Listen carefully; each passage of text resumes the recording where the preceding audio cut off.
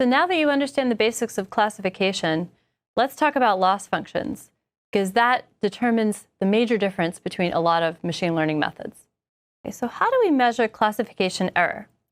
Well, one very, very simple way to do it is to use just the fraction of times our predictions are wrong. So just the fraction of times that the sign of f of x is not equal to the truth y. And I can write it like that. Okay.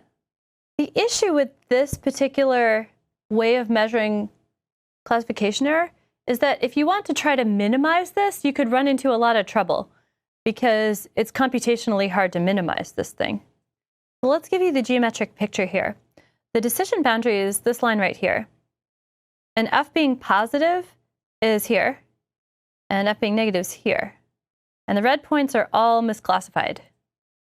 And now what I'm going to do is something you might not be expecting, which is that I'm going to move all the correctly classified points across the decision boundary to one side and all the misclassified points to the other side. So there they go. We'll move all the misclassified points across the decision boundary and then all the correctly classified ones. Okay, so I'm glad I did that. Now I have the ones we got correct over here and the ones we got wrong over there. And now the labels on this plot are wrong because we changed it. So it's actually something like that. Okay, so over here on the right, either f is positive and y is also positive, so yf is positive, or they're both negative, so the product is positive again. And then over here on the left, we have cases where the sign of f is different from y, so the product is negative. And then the ones I suffer a penalty for are all these guys over there. Okay, so let's keep that image in mind over here. And then I'll put the labels up. Now this function tells us what kind of penalty we're going to issue for being wrong. Okay, so right now, if y times f is positive, it means we got it right, and we lose 0 points. And if we get it wrong, the point is on the wrong side, and so we lose 1 point. Now I'm just going to write this function another way, which is like this. Okay. So we lose 1 point if yf is less than 0, and otherwise we lose no points. And this is the classic 0-1 loss. It just tells you whether your classifier is right or wrong. And then this thing is called a loss function. And there are other loss functions too. And this one's nice, but it's problematic because it's not smooth. And we have issues with things that are not smooth in machine learning. So let's try some more loss functions. So while we're doing this, you should keep in mind that these points over here are the ones that are very wrong because they're on the wrong side of the decision boundary, but they're really far away from it too.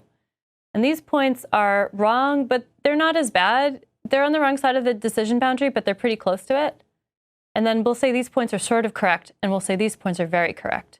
And what we'd really like to have are loss functions that don't penalize the very correct ones, but the penalty gets worse and worse as you go to the left. So maybe we can use some other loss function, something that, maybe we get a small penalty for being sort of correct, and then a bigger penalty for being sort of wrong, and then a huge penalty for being very wrong.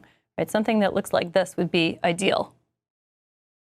So again, this is the horizontal axis is y times f. And this red one is 1 if y disagrees with the sign of f. And then the other curves are different loss functions, and they're actually for different machine learning algorithms. And again, just keep in mind that on the right, these are points that are on the correct side of the decision boundary, so they don't suffer much penalty. And on the left, these are points that are incorrectly classified, so they suffer more penalty. This is the loss function that AdaBoost uses. AdaBoost is one of the machine learning methods that we'll cover in the course. And this is the loss function that support vector machines use. It's a line, and then it's another flat line. And this is the loss function for logistic regression. And we're going to cover all three of these. Now, I'm going to write this idea about the loss functions in notation on the next slide. Okay, so start here. The misclassification error is the fraction of times that the sign of f is not equal to the truth y. That's this. I can rewrite it this way. Okay? The number of times y times f is less than 0.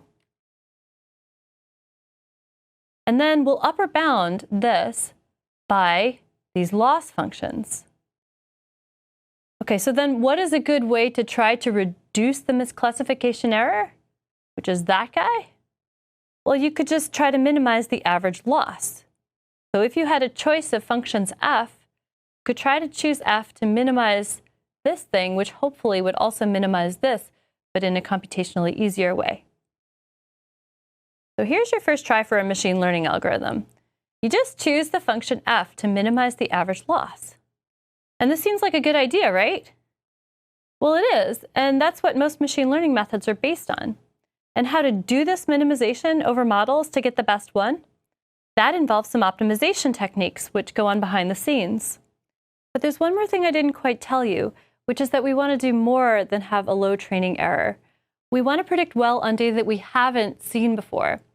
We want to, generalize to new points. And that's why we need statistical learning theory. Because this algorithm that I showed you, that's not right. And you'll see why. It's pretty good, but it's missing this key element that encourages the model to stay simple and not overfit. So I'll talk about statistical learning theory shortly.